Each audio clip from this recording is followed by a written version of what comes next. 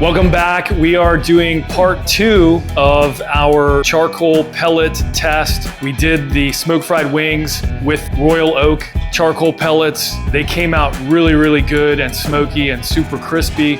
But the next day I did ribs. I tried to do it low and slow with a 50-50 mix of the Royal Oak Charcoal Pellets and my standard Weber Grill Master blend. There was no pullback from the bone. The low and slow for me is usually an hour at smoke boost, which is 180 on the Searwood, followed by 215 all the way through. Usually I get plenty of pullback.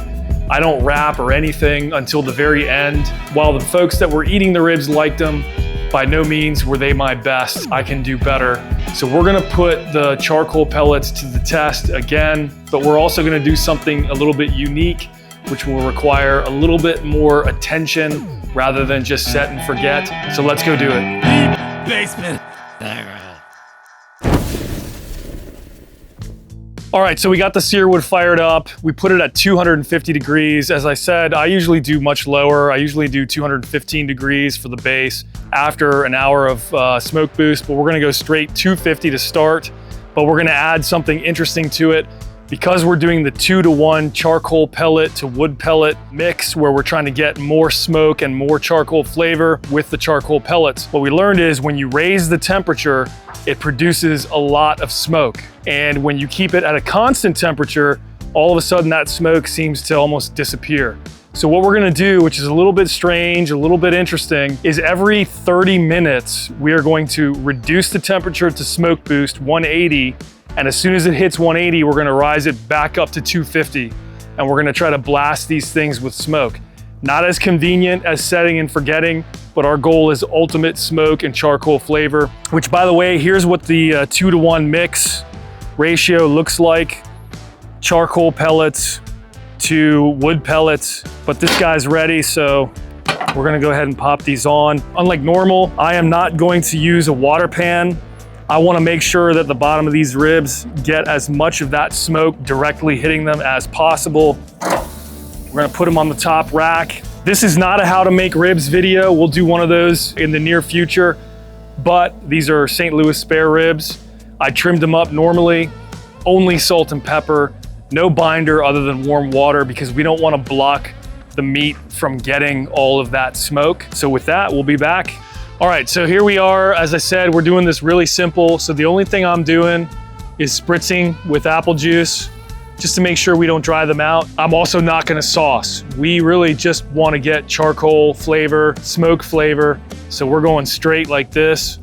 We already did our first lower it to smoke boost 180 at the 30-minute mark and then increase it to 250. And sure enough, it produced a bunch more smoke.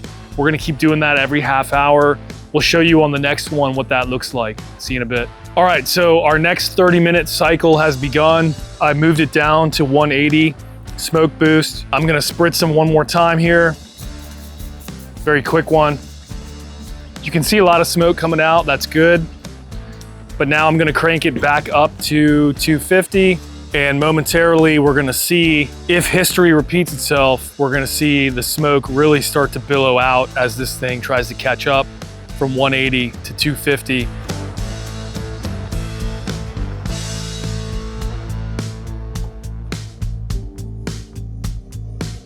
Okay, so she hit 250 and you can definitely see a lot more smoke being produced. All right, so we're at 3.5 hours. They're looking pretty nice.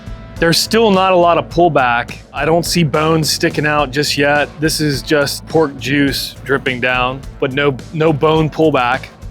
We've decided to crank this to 275. So instead of going to 250 only, we decided to go smoke boost, 275, smoke boost, 275 over and over again.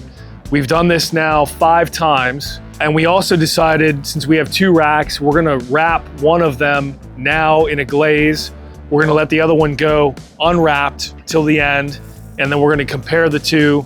Kind of just decided midstream, might as well since we have 2 racks. I'm gonna grab this one here, so it looks a little meatier. And I'm gonna take it over to the table. Stick it on the corner. It's kind of a homemade glaze using commodity barbecue sauce as the base. We're just gonna drip it right down in the middle here. Then we're gonna take the rack, flip it right over on top, face down, then take a little bit more and put it on the other side. And then wrap her up.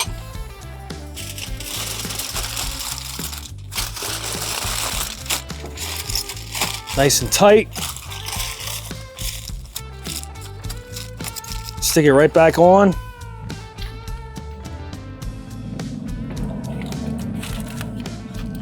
And we'll compare these two. We didn't plan to do a comparison between wrapped and unwrapped, kind of just last minute decision. And these, by the way, are trimmings for the dogs. That's their treat. They'll get those in the next 15 minutes because they're pretty much ready. And they're gonna be super happy doggies. We got probably another hour and a half to go before we're ready to pull these and see what's up. All right, so we're at 4.5 hours. Normally I would go to 6.5, but I would go low and slow. We were trying to do hot and fast with these guys using the charcoal pellets. And I still have no pullback from the bone. There's one bone right there you can just barely see, but at this temperature, this guy's more than done. If I just grab this and go like this, it's cracking open. So this is done, it's more than done. So I don't know what's going on with these charcoal pellets that I can't get pullback. When I do the straight wood pellets, I get the pullback that I'm expecting, bones sticking out, nice and tender. Our test, in my opinion, so far has failed. We'll see ultimately what happens when we actually taste these things inside.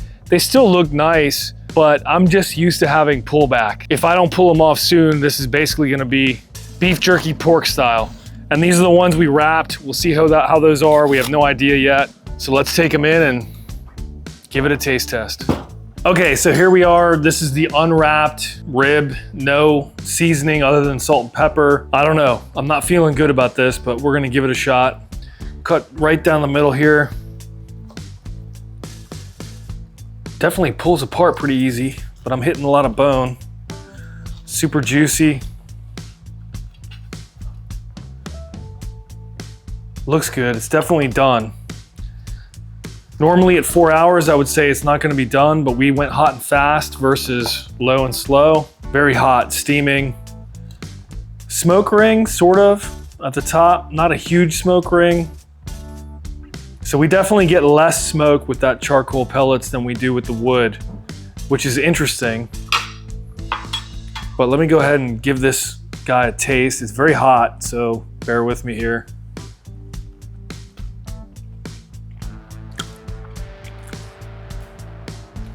Flavor is good, salt and pepper is good.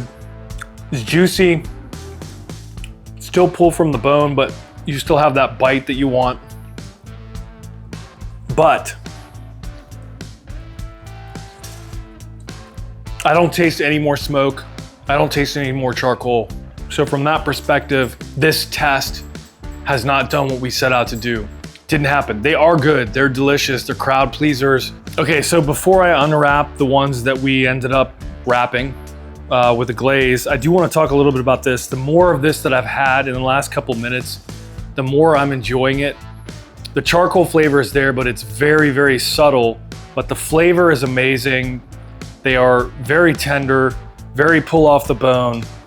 And I just want to point out here, if you look at the smoke ring's only across the top, and then there's a little bit at the bottom, but not as much as when I do ribs with straight wood pellets. So the charcoal does not give you the same smoke atmosphere as the straight wood pellets. So from now on, when I go something low and slow, which was my theory earlier, you gotta go straight wood. If you wanna burn stuff hot, those charcoal pellets are amazing, but not so much for the low and slow. All right, so let's unwrap these ones that we decided to wrap at the last minute. Oh, look at that pullback. As expected, when you wrap, you get a lot of pullback. These are gonna be very difficult to get out of here, as a matter of fact. These might have pulled back a little too much. I might have not enough pullback over here and too much pullback over here. I'm not even sure how I'm gonna get these out of here, Donnie.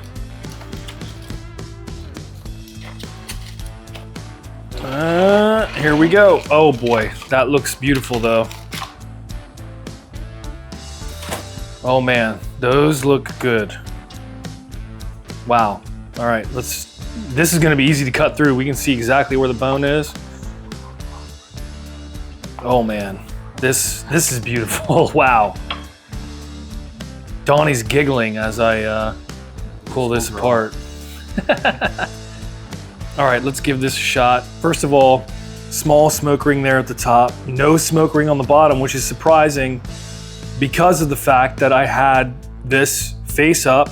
I removed the silver skin like you'd expect on the bottom. You'd think that a lot of smoke would get up there, but I just think those charcoal pellets don't produce the same kind of smoke that the wood ones do. But anyway, let's give it a taste.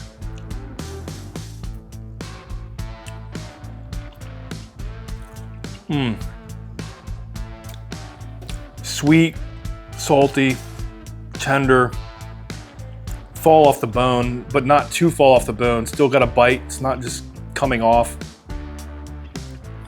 Oh man, that's good. It's money, it's two monies. I'm not sure which I like better, to be honest. I love the straight salt pepper flavor on this. The sweet salt pepper here with more pullback from the bone. Also very nice. I'm not sure which one I would choose, to be honest. But bottom line, I'm going straight wood pellets whenever I do ribs or brisket. The charcoal pellets just don't add to the whole experience, to be honest. But the ribs still turned out amazing. All right, so we finished eating. We had a good meal. She's in shutdown mode. I'm having my daughter's homemade chocolate chip cookies for dessert. We just wanted to end with this.